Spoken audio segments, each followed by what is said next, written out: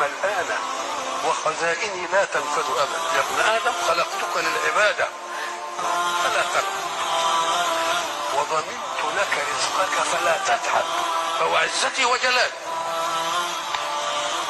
إن رضيت بما قسمته لك أرحت قلبك وبدنك وكنت عندي محمودا، وإن أنت لم ترضى بما قسمته لك فوعزتي وجلالي لأسلطن عليك الدنيا تركض فيها ركض الوحوش في البرية ثم لا يكون لك منها إلا ما قسمته.